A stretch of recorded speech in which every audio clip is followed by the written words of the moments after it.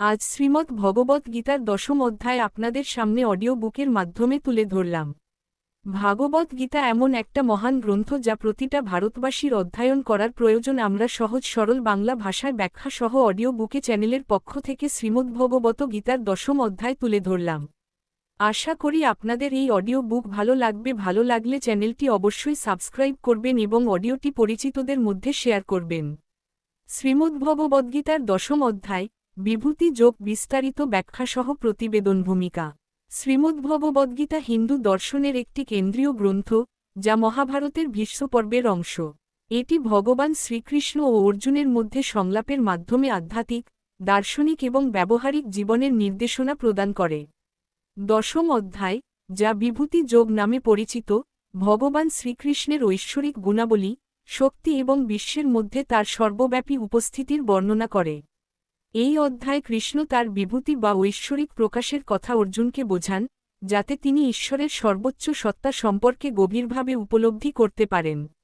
এই প্রতিবেদনে দশম অধ্যায়ের শ্লোকগুলির বিস্তারিত ব্যাখ্যা বাংলা ভাষায় উপস্থাপন করা হল।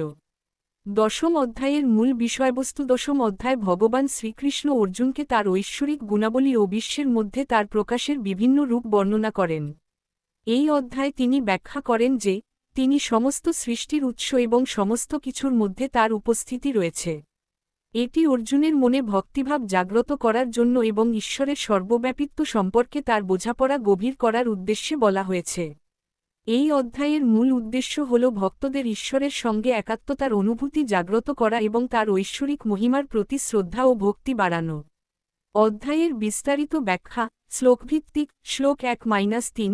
কৃষ্ণের ঐশ্বরিক গুণাবলীর প্রকাশ। শ্রীকৃষ্ণ অর্জুনকে বলেন যে, তিনি সমস্ত সৃষ্টির উৎস এবং তার মহিমা ও গুণাবলী অপরিমেয়।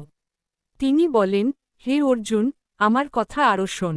তোমার কল্যাণের জন্য আমি আমার ঐশ্বরিক গুণাবলী বর্ণনা করব। আমি সমস্ত জীবের হৃদয়ে অবস্থান করি এবং আমি এই সমস্ত কিছুর সৃষ্টি, স্থিতি ও সংহারের কারণ। যে ব্যক্তি আমাকে অজন্মা, অনাদি এবং সমস্ত জগতের প্রভু বলে জানে, সে সকল পাপ থেকে মুক্ত হয়। ব্যাখ্যা। এই শ্লোকগুলিতে কৃষ্ণ তার সর্বোচ্চ সত্তার কথা বোঝান।